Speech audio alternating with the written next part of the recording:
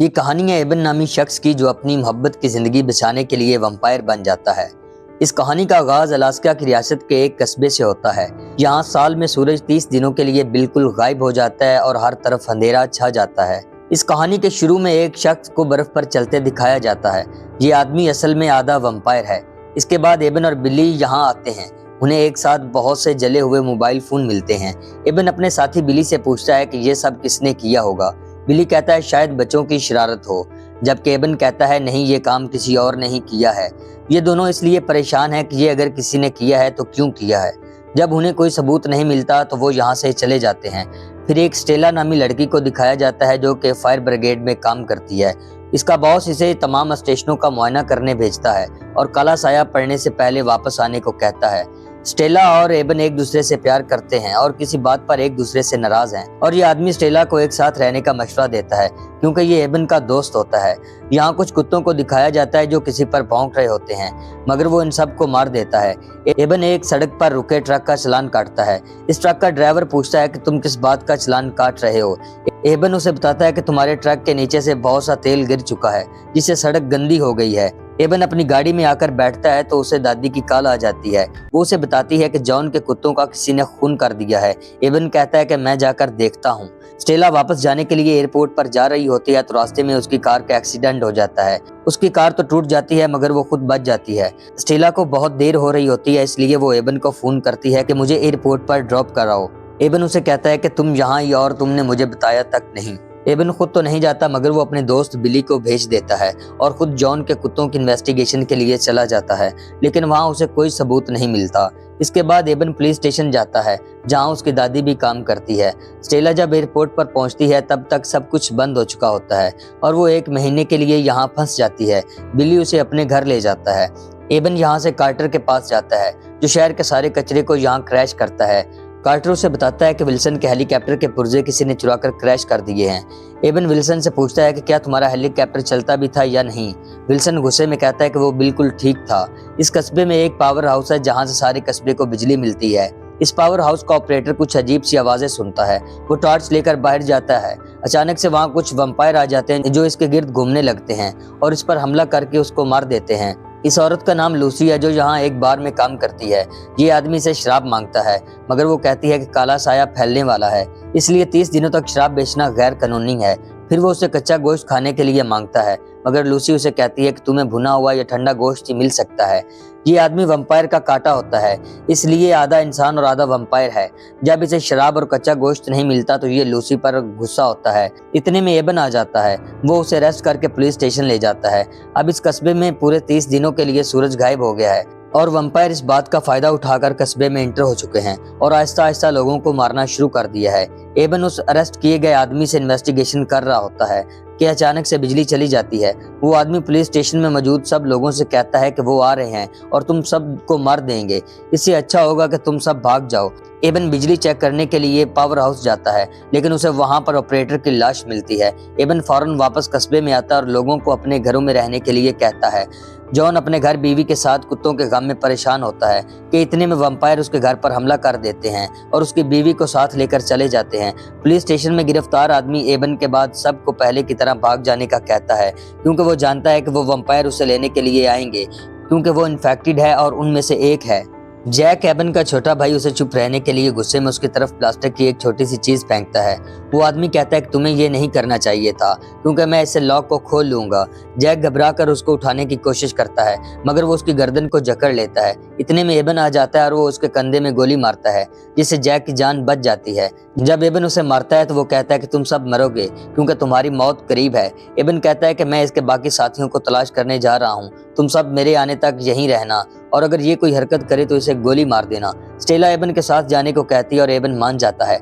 जब दोनों गाड़ी में जा रहे होते हैं तो एबन अचानक स्टेला से गाड़ी रोकने को कहता है और दोनों बाहर आकर दूरबीन से देखते हैं तो फौरन गाड़ी में बैठकर वापसी की तैयारी करते हैं क्योंकि सामने वंपायर होते हैं जो इनके पीछे लग जाते हैं। दोनों मुश्किल से बचकर वापस आते हैं तो पुलिस की एक गाड़ी जल रही होती है। एबन जब पुलिस स्टेशन आता है तो वहाँ सिवा उस आदमी के जिसे अरेस्ट किया गया था और कोई नहीं होता। वो एबन की दादी को अपने साथ ले जाते हैं। वो आदमी एबन से कहता है कि वो मुझे नहीं ले गए, इसलिए अब तुम मुझे मार दो। इसके बाद बहुत से वैम्पायर्स को एक साथ दिखाया जाता है। इनका बॉस इनसे बात करता है और सबको मारने का हुक्म देता है। अब वैम्पायर्स पूरे कस्बे में फैल चुके हैं और उन्होंने लोगों को खाना शुरू कर दिया है। एबन और स्टेला बार में आ जाते हैं, जहां और भी बहुत से लोग छुपे होते हैं। यहाँ एबन की अपने भाई जैक से भी मुलाकात होती है, जो वैम्पायर से बच गया होता है। एबन कहता है कि हमें सबसे पहले वहां छुपना होगा जहां जनरेटर हो। कार्टर कहता है कि मेरे कबाड़ खाने में जनरेटर है। एबन कहता है कि नहीं, वो जगह यहाँ से बहुत दूर है, हमें किसी नजदीक वाली जगह जाना होगा। एक लड़की एबन से कहती है कि चार्ली का ऊपर वाला कमरा सेफ है क्योंकि उसकी सीढ़ियां खुफिया हैं। एबन कार्टर से कहता है कि तुम इन सब को लेकर चार्ली के घर पहुंचो, मैं इनसे निपटने के लिए कुछ जरूरी सामान और असला जमा करने जा रहा हूँ। स्टेला और एबन सामान के लिए जा रहे होते हैं तो वैम्पायर इन पर हमला कर देते हैं। अचानक वहां पर वो ट्रक ड्राइवर आ जाता है जिसका एबन ने चालान काटा था। वो इन दोनों की जान बचाकर इन्हें यहाँ से निकालने में कामयाब हो जाता है। अब ये तीनों चार्ली के घर आ जाते हैं, जहाँ पहले से कार्टर कुछ लोगों के साथ मौजूद होता है। इन्हें चार्ली के ऊपर वाले कमरे की खुफिया सीढ़ी मिल जाती है और सब लोग ऊपर चले जाते हैं और सीढ़ियों को बंद कर देते हैं। सब लोग सोचते हैं कि अब आगे क्या किया जाए और इनका मुकाबला कैसे करें। एबन कहता है कि हम लोग इस कस्बे को जानते हैं, जबकि वो इस जगह से अनजान है और ये मौसम हमारे लिए बना है और इसे सिर्फ हम ही सह सकते हैं। एबन जानता है कि तूफान आने वाला है और वैम्पायर इस तूफानी सर्दी को बर्दाश्त नहीं कर पाएंगे, इसलिए हम तूफान में निकलेंगे और कार्टर के कबाड़ खाने में जाएंगे क्योंकि वो जगह हम सब के लिए सेफ है। वैम्पायर दोबारा पुलिस स्टेशन में आते हैं, मगर वहाँ इस इन्फेक्टेड आदमी के सिवा और कोई नहीं होता। वो समझता है कि वो उसे अपने साथ शामिल करने के लिए आए हैं, लेकिन वो उसे मारकर वहां से चले जाते हैं। एबन समेत सब लोग चार्ली के ऊपर वाले कमरे में होते हैं कि बाहर सड़क पर अकेली औरत ऊंची आवाज में मदद के लिए पुकारती है। कार्टर कहता है कि उसकी जान खतरे में है, उसे अंदर लाना होगा, लेकिन एबन मना कर देता है। वो कहता है कि ये एक जाल है क्योंकि सामने वाली छत पर वैम्पायर घात लगाए बैठे हैं। उस औरत के सामने वैम्पायर आ जाते हैं।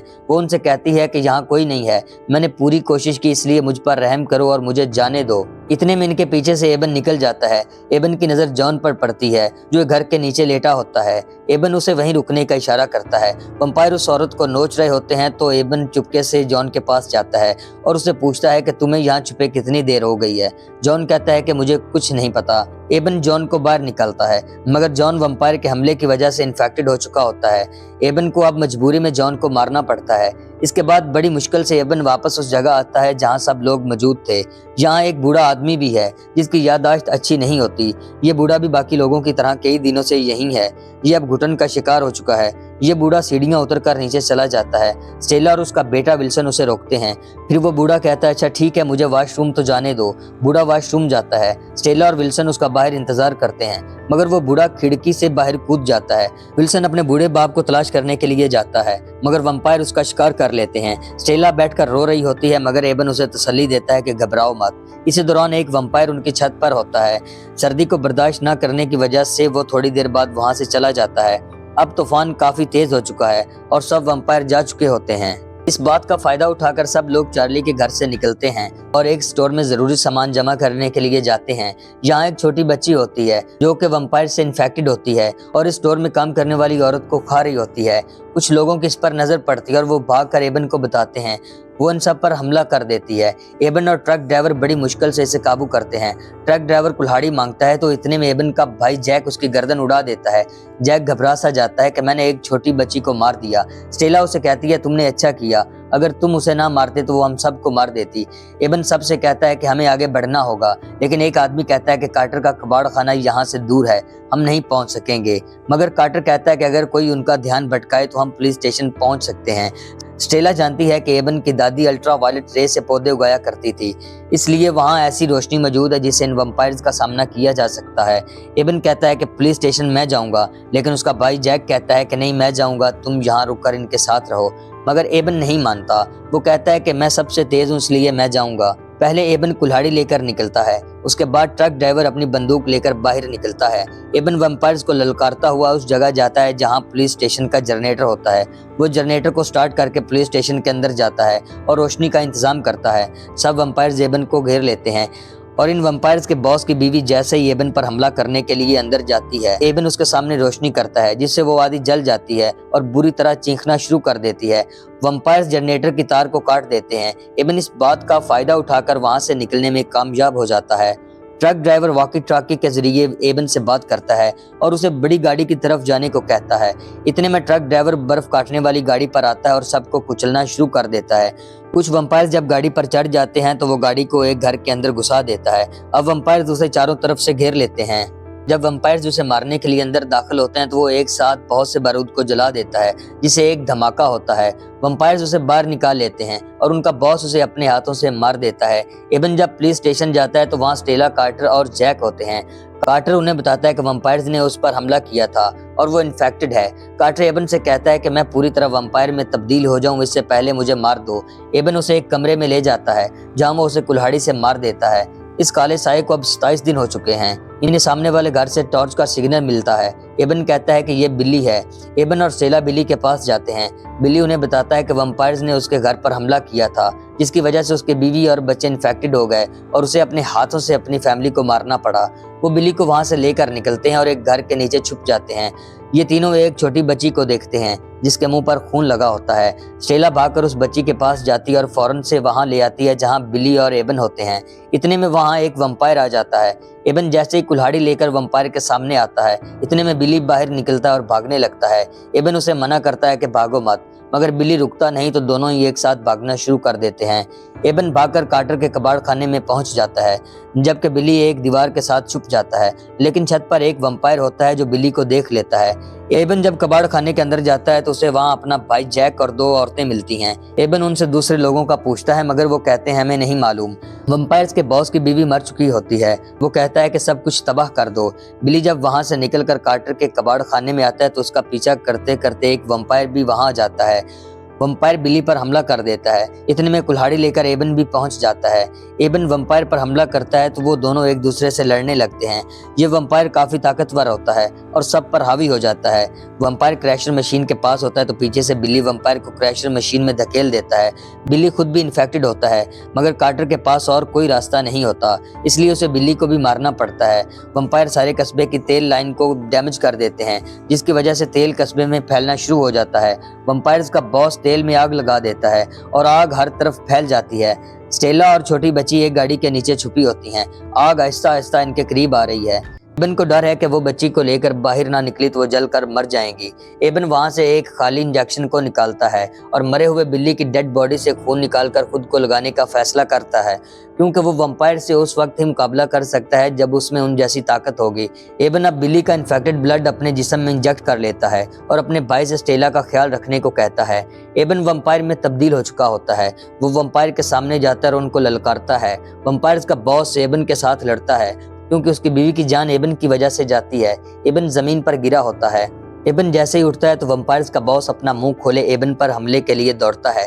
जब बॉस उसके करीब आता है तो एबन अपना हाथ उसके खुले मुंह में घुसा देता है, जिससे वो वंपायर मर जाता है और बाकी तमाम वंपायर्स डर जाते हैं और वहां से चले जाते हैं। सारा कस्बा जल चुका है, बहुत से लोग मारे गए, सिर्फ 5 से 6 लोग जिंदा हैं। एबन और स्टेला एक साथ वहां बैठे होते हैं जहां से सूरज तुलू होता है। आज पूरे 30 दिनों बाद सूरज इस कस्बे में निकलता है। जैसे जैसे सूरज की रोशनी तेज होती है, एबन स्टेला की बाहों में अपना दम तोड़ देता है, क्योंकि वो इन्फेक्टेड है और अब एक वंपायर है और वंपायर सूरज की रोशनी को बर्दाश्त नहीं कर सकते। अगर आप इस तरह की मजीद दिलचस्प कहानियां देखना चाहते हैं तो हमारे चैनल को लाइक और सब्सक्राइब कर दें।